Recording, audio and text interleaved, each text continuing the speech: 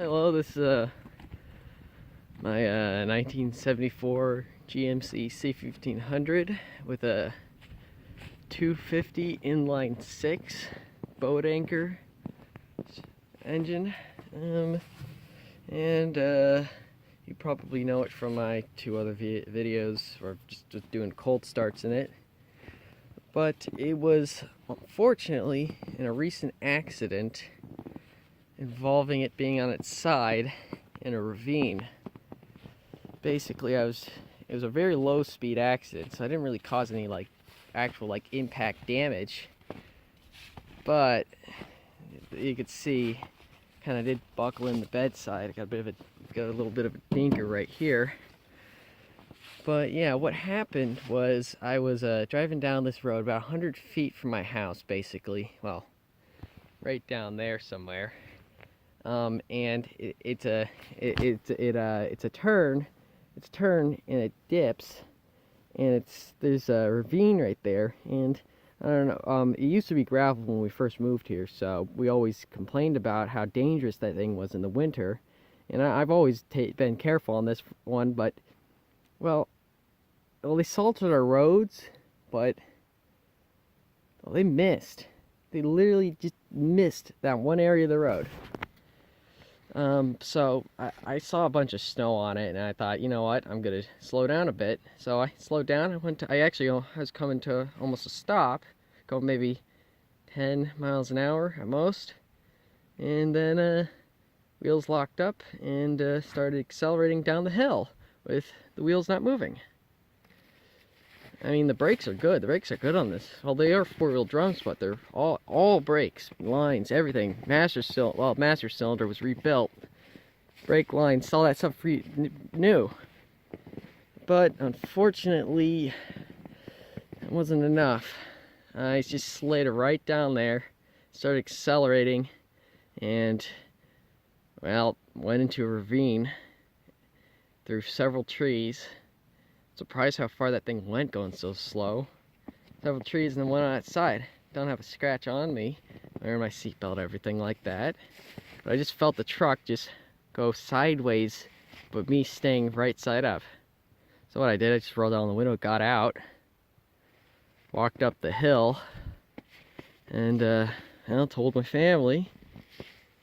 And yeah, well, we ended up calling a wrecker out because thing was so far down in there that we weren't even gonna attempt to bring it out, and the roads were really bad. There was actually an accident advisory at the time, so I mean, it took quite a while for them to come out. But when we finally started pulling this thing out, I remember the guy told me, the wrecker told me that he was saying, oh, the entire side of the truck's just completely trashed. And then I told him, well, didn't look very much different, because seriously, the only new damage, because this whole side of the truck was pretty bad, and I'd actually theorized way before the crash, I actually theorized that this had been in a rollover, some sort of had been on its side at some point, and maybe in a ditch. That's why this whole side of the truck was really bad and bonded up and whatever. Now this door right here, door is junk. Opens just as it ever did, which is not very good. But yeah, the only real damage from the accident, from the bed or to the cab, is this dinker right here. Which, yeah, that's not that hard to pull out. Truth is, I was already looking for a new bedside anyways, because this was the bad side of the truck. Yeah, this bedside was in pretty sorry shape when it came to rust, and you can see I kind of fixed it up a bit myself with just some 16 gauge sheet metal and a pop riveter. Yeah, it's pretty rusty. And the fender right here is pretty bad, but it was already pretty bad. I got a bit of a dinker in this, but that's not that bad. And you know, I got a new fender for it already. It's not completely straight, so I got to kind of straighten it out, but it's rust free off a New Mexico truck. Yeah, I actually got both fenders. I'm gonna get them professionally painted, because I did a sort of roller job on just trying to make this thing look nice.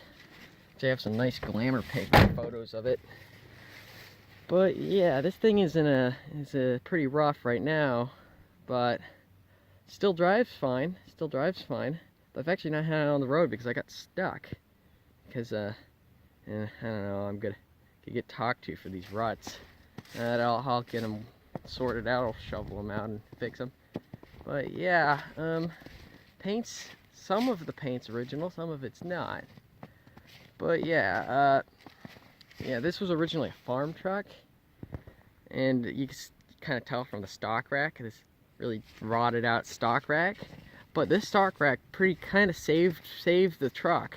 Not really my life because it was so slow. There's no impact. I didn't get a scratch or nothing on me because it wasn't really like an impact. It just sort of gradually came to a stop and just started sliding down the hill. But this is a side that went down, and there's pretty much no new damage to this part of the stock rack. Just had to sort of realign it.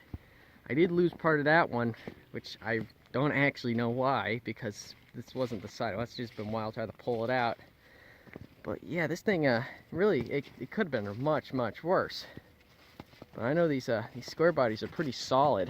I know someone who hit a power line going like about 40 miles an hour or so with a 79. But pushed in the fender. The power line fell on the roof, destroyed the hood, fender. You know, just sort of just core support, stuff like that. But it was still drivable. It was rubbing the wheel, but it was still totally drivable. He didn't even break the windshield when it fell on the roof. Just made a dent. Yeah, and he was totally fine. Kind of goes to show, if you have your seatbelt on, even if you don't have airbags, I mean, these things can be pretty safe. But, well, yeah. The only real front end damage, because I actually went through like 4 or 5 trees. Actually, wait, the hood doesn't seem to close, doesn't really close right because, oh, actually, no, I think I did straighten that out. It didn't close right after the accident. This little dink right here, the front of the nose of the hood was pretty straight, but nah, not anymore. Little dinker there, but I mean, it was already pretty rusty. I'm gonna save this hood though. But yeah, whatever. Gonna stop rambling for a bit, and probably what you came to see is just see this thing run. Because yeah, there's no suspension damage or anything. The thing's totally, I mean, it came out pretty much unscathed. Didn't even knock off the mirror. It was drugged like maybe 100 yards by the truck. And I think I'll never forget it. One thing I'll never forget is that the tow truck actually almost slid into the ditch itself because that road was so slick. But yeah, I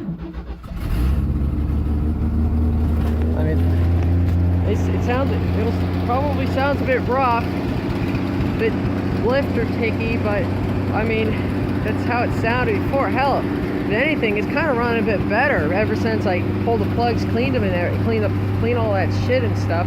Had to clean all the oil out of the distributor and shit like that. Ever since I did all that, clean the points, stuff like that, it's running even better. Which, I mean, I just cleaned the points a little while ago. But yeah, it's running just as it did. Yeah. Yeah, the seat's original. That's one thing about it. Floor pan's pretty much intact. Just a bit of a rust hole at the corner, but I mean, it could be much worse. That rust hole's really not that bad. It may look a bit bad, but it's really not that bad because right up here is solid, here solid, it's just right there. So what I'm thinking, I may be getting like a road sign, but like a bridge out ahead sign, because that'd be kind of comedic. And just probably not welding it. I'd probably rivet it because it would be aluminum. And yeah, that'd be pretty nice.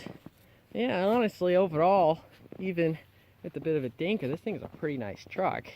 I was able to go 65 down the highway because it's a 3 on the tree. And shit, I wish I had an overdrive. Getting passed by everybody. I mean, yeah, it's served people well.